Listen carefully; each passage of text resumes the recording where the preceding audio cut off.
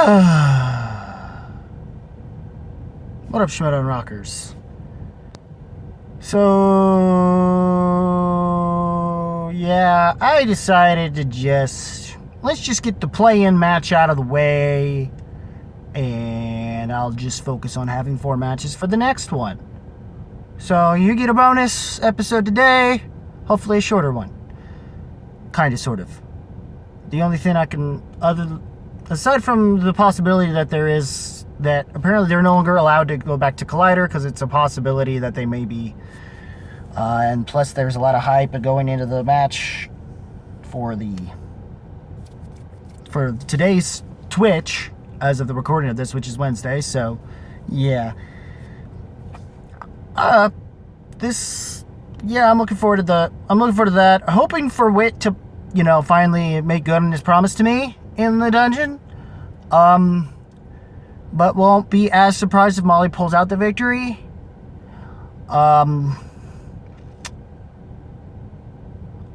Which basically means I'll be trying to think of the right phrasing, but But, we're not going to even bother with that. Let's just say I'll be the kind of happy that's probably going to do laps around the community center here. So, let's go with that. If he does pull that victory off, won't be upset either way. Most likely pulling for Dimalata in his match against Scrimshaw, which is probably the first match we'll see in the Twitch matches. And then I've already seen Barbarian versus them. I'm not going to spoil anything with that until the next week, because that'll be until after that and the Hannah versus Saul match are updated. Those are matches you'll expect me to talk about in the next one. So for now, we're talking Greg Alba versus Warfather. I'll be honest, I did have Warfather going into this, and the promo going into this was great. This matchup was great. Especially, like, Greg just it's just glorious. I love what the Regional Rejects did, and Koi does find a way to allow them to do breathe fine in terms of how they do the comedy aspect of it, and then also Koi does bring forth some of his sense of knowledge, I guess, on top of having probably Mara for help. So, yeah, that might have played a slight part, plus it just so happened things lucked out here. We go to the round 1. No one at all, as given, kind of expected, no one at all pretty much winds up with it. Warfather's great. He's sort of meant to be heelish, but he's so likable that and plus one of the few good promos we'll probably get of the final moments we'll have with R&B, given the circumstances, of course, and it was fun to see those moments. And yeah, especially given with round 1, it was mostly, unfortunately, he missed like 2 questions, maybe 3. Warfather wasn't expecting him to miss more than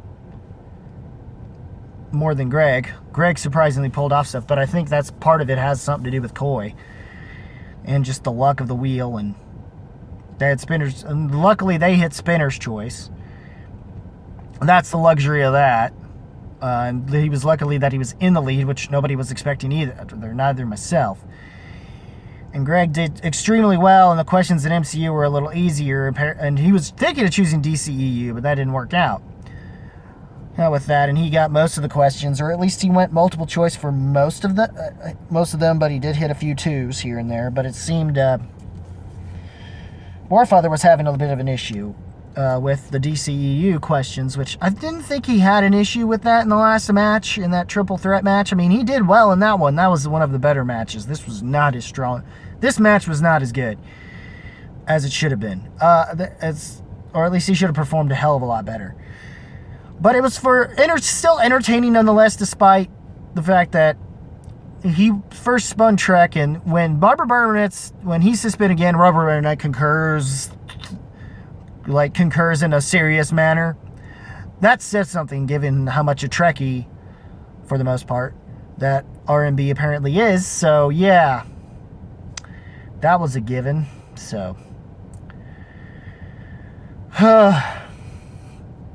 and then, of course, then he gets the DCU. So now we see that, given the questions that he had, and how and Greg not getting the steals, though it really would have made it. Unfortunately, the final question did him in. I forgot the name too. Surprisingly, I forgot the name. So I'm not going to even blame him for that, but I think he should have, at the very least, he should have done the. He should have at least went multiple choice and at least tied it, so at least it wouldn't have been as bad and they wouldn't have gotten the points. But clearly he wasn't thinking as well, and it came down to it, and it sucks to see that be the case, but oh well. Just overall, Greg winning is surprising. Do I expect him to beat Kalinowski? I don't think anybody does. That would be a surprise. In fact, Kalinowski probably getting the win against Greg is more so just finally him officially putting the pudding to rest. Situation again that he had against Coy to rest. The one thing Coy has on him, but now Mike can use this as a way to say, I put a win against you. So, with Quirky Mercs and Stutch.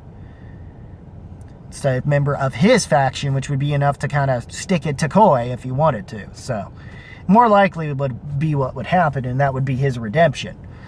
At least at that point, at the very least, with that. Even though he's not facing Coy himself. That was enough of him. But if Greg wins it, then that's more of an upset of the century as far as I'm concerned in comparison to Goddard, given how Goddard somewhat performed in the exhibition Lord of the Rings, which the fact that Smetch didn't do as well there is glad it's exhibition, let's say that. Also glad that for those who did see that Lord of the Rings match, oh boy. Yay, Dungeon still had to win, so I guess there's that, plus, like I already said this before. But anyways, overall, I enjoyed this match a lot, actually, for what it was. Even though it wasn't much of one. I mean, there's far worse matches that ended in KOs. I'll tell you that right now. We had one last year, and that way. But anyways, Warfather could have done better, though. Still looking forward to his eventual singles match he'll have against Brett Sheridan, more so as the Flirted Bros! When that happens, which it seems that was hinted that actually possibly happened, even though it's clear that we were not, from what Harloff has said in a recent Send Live, that we may not be getting it. That actual match live, as we should be, unless they decide to do it as Spectacular, which would be I don't know how they could do that. Then, oh well. Well, it needs to happen in a live show capacity of some sort. Or at least live stream that match, that'd be great. So. But anyways.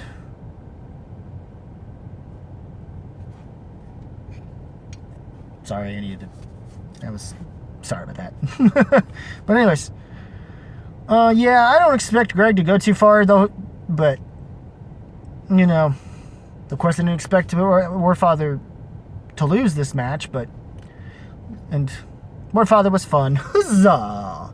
Regardless, and he took it mighty well, and he still prepared for battle, even though, despite the quarantine, even though I know you meant to say war and quarantine, it's somehow, if you're not careful, it sounds like warranty. What, there's a warranty clause in your contracts with Schmoedown, or what? Huzzah. But anyway, his huzzah laugh may as well be like a One Piece laugh in anime. One Piece anime laugh, or manga for that matter. Yes, I read those. I try to keep up with them as much as I can. But anyways, it was fun, somewhat enjoyable. I'm looking forward to that. can't wait to talk about the other matches. Then that's the last of the play-in matches, and as you will see by the thumbnail, that's the bracket. What the bracket is going to look like and entail as well, following up said match. Barbarian and Hlavic's next. I had Hlavic, but I'm definitely not surprised with Barbarian, hoping that things would work out with him. And then the Hannah Saul match, kind of expecting Hannah. Most people would want Saul to win for storyline for certain reasons, but we kind of want Hannah just to see if he does pull it off. I don't expect him to, especially if he winds up having to face Zipper, depending on if he can get past Jen Kemp or Alex Damon, Hannah specifically, and if he gets past Zipper, more than likely, which would more than likely happen. Which would more than likely happen if Smets is correct about Zipper. If not, he's expecting, it's basically going to boil down to Zipper and Kalinowski and whoever of them two facing more likely Hannah or Jen Kemp, or, which I don't think people should sleep on her. But it seems more than likely, for most people, though, it seems people are sleeping on Jen Kemp, and I think that might be an issue. In the same way some people might be with Janine. Granted, she is a rookie, but I hear she was good, you know, for a while, I guess. I don't know if she was considered as good as Robert Parker, but we'll see how that goes as well. So, I'm not sure if Barbarian's going to face a kid. Barbarian or, you know, or Hlavic is going to face. I'm trying to remember in the bracket. But anyways, that's about it, guys. What did you think of the Warfather versus Greg Idris Alba? Really? Just another shot at what happened in that one match. In that Odd Couple versus Who's the Boss match.